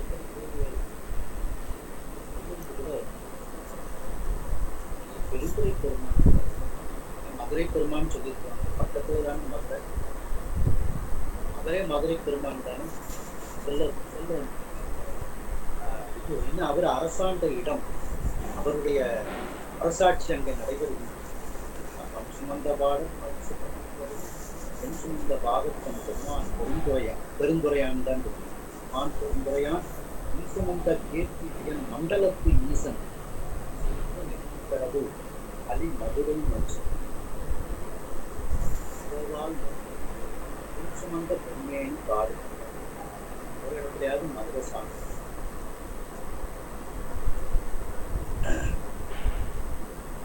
பாருங்க, பிட்டு நேர்பட மண் சுமந்த அந்த பிட்டு என்கின்ற கூலி சரிசமமாக ஆகுமாறு அதற்கு ஏற்றாற்போல் மண் சுமந்த அந்த பெருந்துறை பெரும்புத்தனே, அந்த திருப்பெருந்துறையில் இருக்கக்கூடிய அடியார்கள் மீது மிகுந்த அன்பு வைத்தல். பெரும்புத்தனே என்றால் மிகுந்த அன்பு வைத்தல். வந்தது உந்தன்னை வந்தது எந்தன்னை சங்கரா ஆர்வலோ சதுரதான் இடத்துல சட்ட நேர்பட வந்தில்லாத சட்ட அப்படின்னா சுத்தமாக செம்மையாக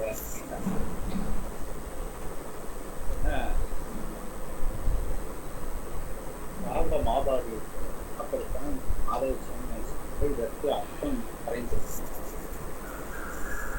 விஞ்ஞான பகுதியில் இந்த சட்டங்கிறதுக்கு செப்பம் செம்மை அதையெல்லாம் மட்டும் நடப்பாங்க என்றுதான் அர்த்தம் எடுத்துக்கொள்ள வேண்டும் என்று விஞ்ஞான பகுதியிலும் யாக மாபாதியத்திலையும் சொல்லப்படுது. அப்படி நேர்பட அப்படின்னா தலை கூட தாழ் பிளஸ் தலை அப்படிங்கிறது எப்படி தாடலை அப்படி என்று மாறுகின்றதோ அதுபோல சட்ட செம்மையாக தலை கூட தாழ்த்தலை போல் உன்னோடு நான் சேருவதற்கு வந்திடாத சடத்தனை உண்மை நோக்கி வராமல் இருந்தேன். அப்படிப்பட்ட பொய்மைத்தன்மையை உடையவனாக நான்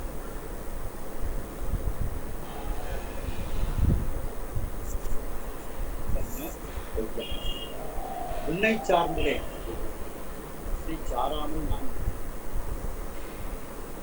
சார்ந்தால் தியானம் சமாதி எல்லாம் கூடியிருக்கும். திருவண்டியாரில் திருக்கழித்துப்படியாரில் போயிட்டார். சார்பு உணர்ந்து சார்பு போகும் அப்படிங்கிற உணர்ந்து சார்பு விட வரும் என்றால் சார்பு உணர்தல் தானே தியானம்.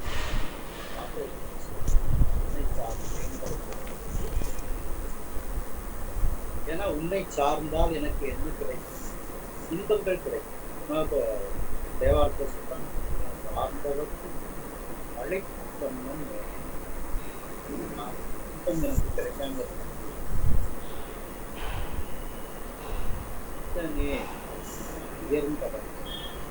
உயர்ந்தவன் உபலோகனை உபலோகத்தில் உற்பத்தி சிறு நாயினும் கிடையாது. ஒரு நாயை விட ஒரு கீழ்த்தரமான ஆக தடையவனாக இருக்கிறது. வெண்கட்டணேனையும் கொடிய கஷ்டங்களை எல்லாம் உடைய என்னை ஆட்கொள்வான். அந்த ஆட்கொள்ளும் பொருட்டு நீ அந்த கைலாயத்திலிருந்து வந்து குருநாதர் கோலத்தை காட்டினார்.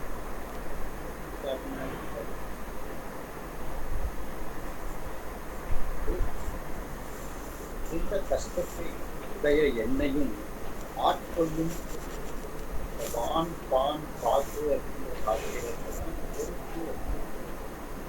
ஆட்கொள்வான் அப்படின்னு ஆட்கொள் பொருள், ஆட்கொள்ளும் பொருள் நீ வந்து காட்டினார். திருப்பரந்துறையில் இருக்கக்கூடிய குருநாதராக குருநாதர் கோலத்தில் இங்கு வந்து எனக்கு நீ வந்து காட்சி கொடுத்தார்.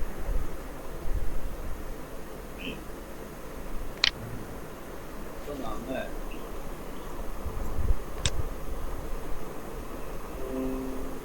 திருவிளையாடம் போகணும்.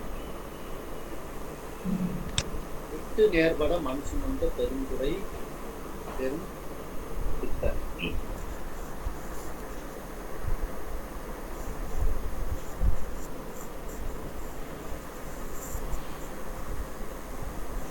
மாணிக்கவாசகர்களுடைய இருவினை விட்டு மலவருதாகும் வரைக்கும்,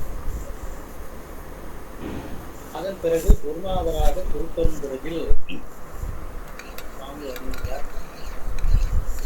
மாணிக்கவாசகர் அந்த திருப்பெருந்துறைக்கு செல்லக்கூடிய வழியிலேயே அவருக்கு என்ன என்ன நிகழ வேண்டும் சாமியை பார்க்கிறாரு.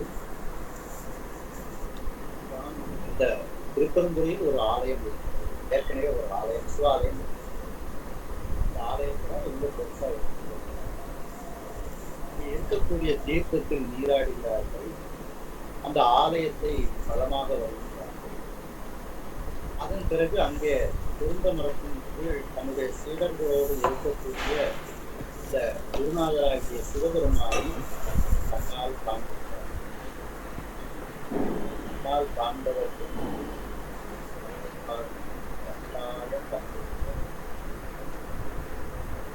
பார்க்கின்றார்கள். சுவாமி வந்து மாணிக்கவாசகர் வந்து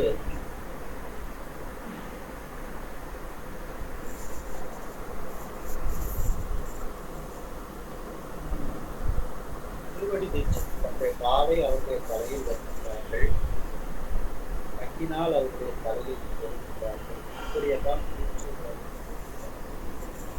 தீட்சையெல்லாம் செஞ்ச அப்படியே சுவாமி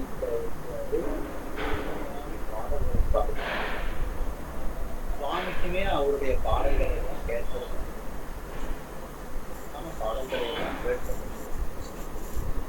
சுவாமியும் கேட்க.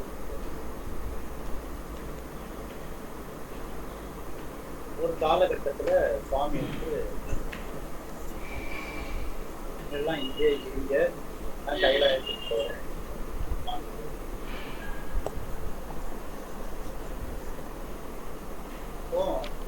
அந்த ஹரிமர்த்தன பாண்டிய மன்னனிடத்தில் குதிரை வாங்குவதற்காக வாங்கி கொண்டு வந்த செல்வத்தை எல்லாம் ஆவடையார் கோயில், அந்த திருப்பரந்துறை கோயிலை கட்டுவதும் அடியார்களுக்குமாக உடன் வந்த இந்த அரசாங்க சம்பந்தமானவர்கள் எல்லாம் உடனே அவர்களை எல்லாம் கொண்டு வந்த செல்வமும் குறைந்து விட்டது. அந்த பரிசனங்களை எல்லாம் முதல்ல ஒரு மாணிக்கவாசகர் போய் இங்கெல்லாம் போங்க மதுரைக்கு. ஆடி மாசம் கடற்கரையில குதிரை வரும். ஆடி மாசம் குதிரை வந்த உடனே நான் அதை வாங்கி கொண்டு வருகிறேன். மாணிக்கவாசகர் இவர்களும் போய் அரசனிடத்தில் சொல்கின்றார்கள். அரசன் காத்துக் கொண்டிருக்கிறார். குதிரை வரவில்லை. குதிரை வரவில்லை என்பதுடன் அரசன் வந்து ஓடை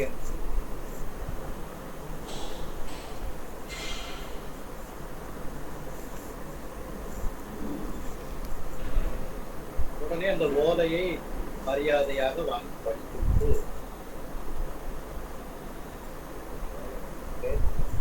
குதிரையெல்லாம் கொண்டு வந்த செல்வத்தை எல்லாம் உனக்கும் அடியார்களுக்கும்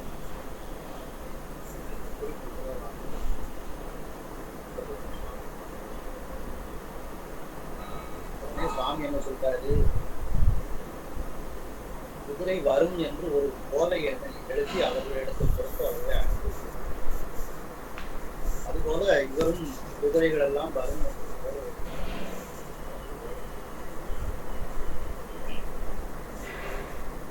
அதுக்கப்புறம் சுவாமி ஒரு வந்து முதல்ல மதுரைக்கு நான் வந்து குதிரைகள் எல்லாம்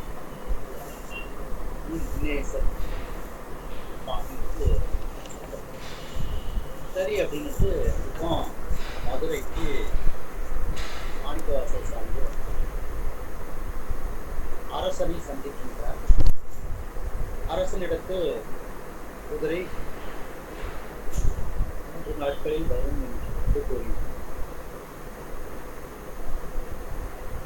முதல்ல ஒரு நாள்ல வரும். உடனே சரின்னு ராஜா வந்து அவருடைய மாளிகைக்கு அனுப்பினார். மாளிகைக்கு போன உடனே அவருடைய சுற்றத்தார்கள், அவருடைய நண்பர்கள், அயலவர்கள் தான் ஏதிலா அப்படின்ட்டு சொல்லப்படும். அந்த ஏதிலா அப்படிங்கிறது இந்த பாட்டில் வரும்.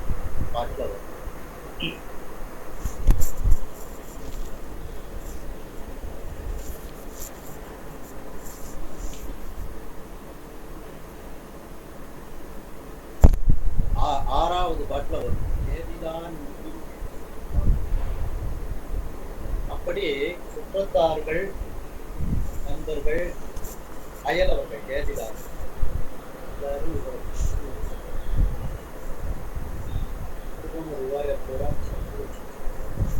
குதிரை நாளைக்கு வரும் சொல்றியே ராஜாட்ட கையில், உனக்கு மட்டும் துன்பம் வந்தா பரவாயில்ல, அதனால உன்னை சார்ந்தவர்களுக்கும் எங்களுக்கும் துன்பம் வருமே அப்படின்னுட்டு அந்த பேசுறாங்க. என்ன பதில் சொல்ல முடியும்?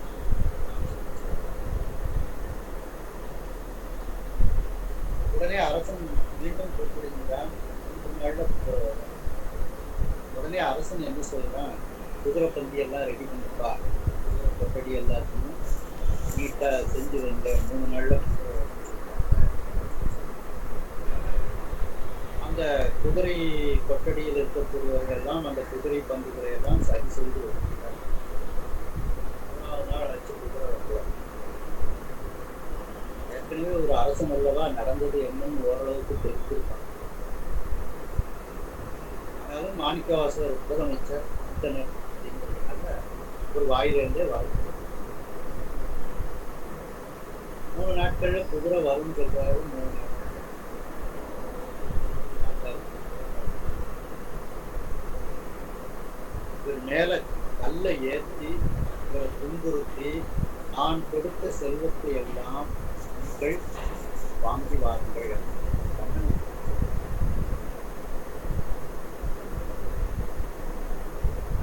அப்படி தண்டனை கொடுக்க சொன்னவுடன் அந்த தண்டனை நிறைவேற்றப்படும்.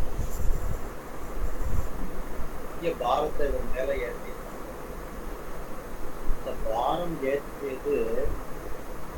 ஏற்றியது போலவே இல்லையா, அந்த பாரத்தை சொப்பனாவத்தை அதை திருவிளையாடப்படுற அந்த பாட்டை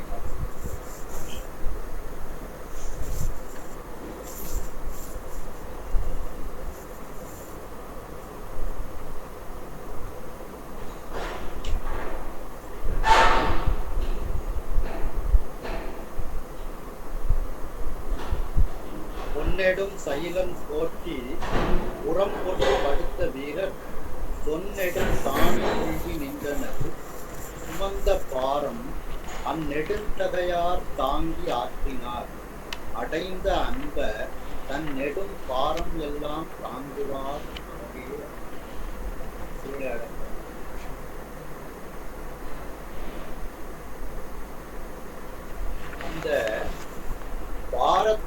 சுமந்து நின்ற மாணிக்க வாசகர் அந்நெடுந்தகையார் தாங்கி ஆற்றினார் அடைந்த அன்ப, அதாவது சிவபெருமானே அந்த பாரத்தை தாங்க.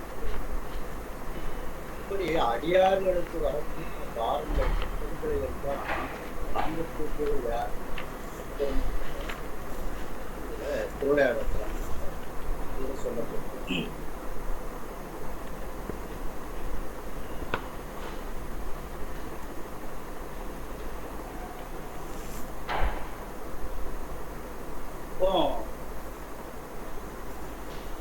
இந்த பாரத்தை தாங்கிக் கொண்டிருக்கும் பொழுது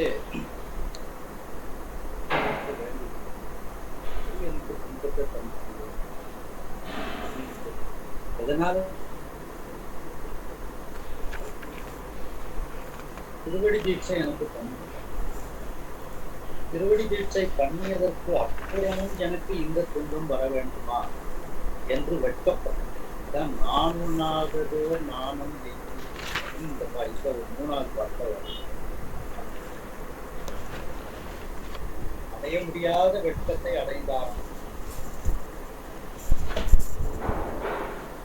என்னுடைய திருவடி தீட்சை பெற்று என்னுடைய அடிமையாக நான் ஆகிவிட்டு எனக்கு இந்த துன்பம் வரும்.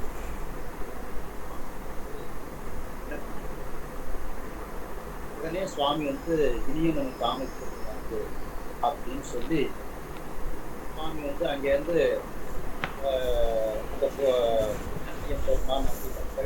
எல்லாம் நீங்கெல்லாம் குதிரைப்படை வீரர்களாக வாங்க, ஊரில் உள்ள நிறையெல்லாம் குதிரையா மாற்றுறாரு, எல்லாரும் மதுரைக்கு போவாங்க. சுவாமி நடுநாயகமாக குதிரை வருது அப்படின்னு சொல்லி ராஜாவுக்கும் தகவல் போகுது. தகவல் உடனே ராஜா என்ன பண்றது, முதல் துன்பம் மாணிக்கவாசகருக்கு கொடுத்த கட்டளை 3 நாள்ல வரும் சொன்ன உடனே வரல. அதனால ஒரு பாரத்தை ஏற்றிருக்காங்க. அந்த தண்டனையில இருந்து அவர் விடுவிச்சிருக்க அப்படின்னு சொல்லி ராஜா சொல்றாரு. குதிரை வருது அப்படிங்கிறத கேட்ட உடனேயே மணிவாசகருக்கு அந்த தண்டனையானது நீக்கப்பட்டு மாணிக்கவாசகரை அந்த அரசன் அழைத்து பரிசுகள் எல்லாம் வழங்கி அது அந்த பாடல்.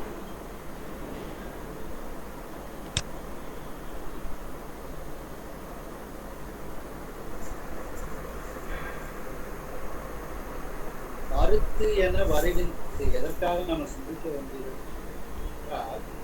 வந்தியம்மா கடனை எப்படி, அந்த விட்டு கடனை எப்படி சரி செய்ய, கணக்கு இல்லாத பொருட்களமாக அப்படின்றது இந்த 2 பேர் கணக்குலையும் மாணிக்கவாசகர் அரசனுடைய கணக்கு.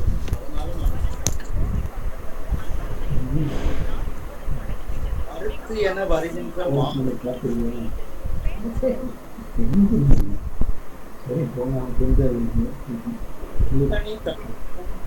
எரித்திட உடல் நீங்கி தெருத்தி 7 மகிழ் தூங்கி பெருவிலை மணியாரம் அறுத்தி நல்கி அமைச்சரை குதிரை வருது. அது எப்படி வருதான்? காற்று போல வேகமாக வருகிறதாம். மறுத்துன காற்று.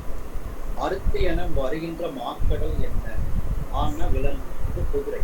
அப்படி வருகின்றது என்று கேட்ட உடனேயே அந்த மாணிக்கவாசகருடைய அந்த தண்டனையெல்லாம் நீக்கி அவர் மீது மகிழ்ச்சியோடு பெருவிலை மணியாரம் அறுத்திக்கொள் தலை நல்கி, மிக உயர்ந்த மணியாபரணங்கள், நல்ல விலை உயர்ந்த தலைன்னு அந்த பட்டாடைகளை எல்லாம் கொடுத்து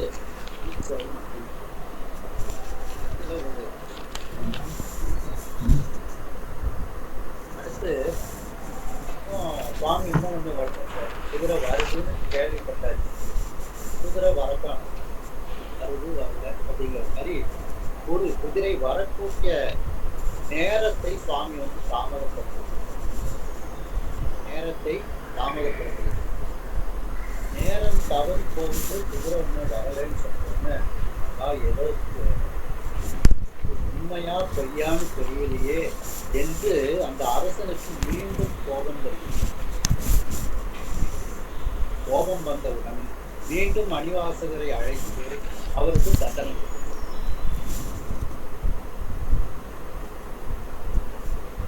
இரண்டாவது தண்டனை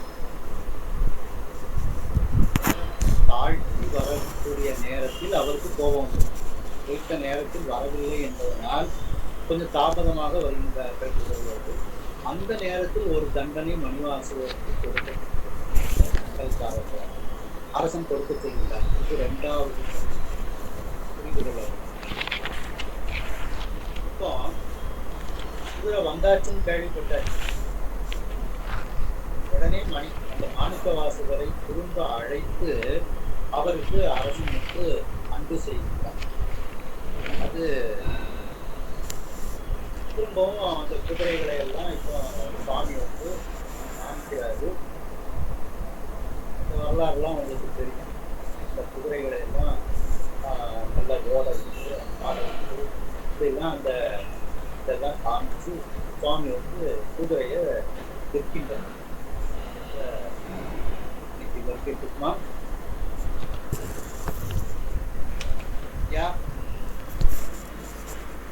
இன்றைக்கு இது வரைக்கும் இருக்கட்டுமா? சரி அண்ணாச்சி, சொக்கலிங்க அண்ணாச்சி. சரி சார், அடுத்த வகுப்பில் பார்த்துக்கலாம். 1.5 மணி நேரம். அடுத்ததுல இந்த 2வது பாடலையும் ஏன்னா அதுல நீண்ட வரலாறு இருக்கு. அதில் வரலாறு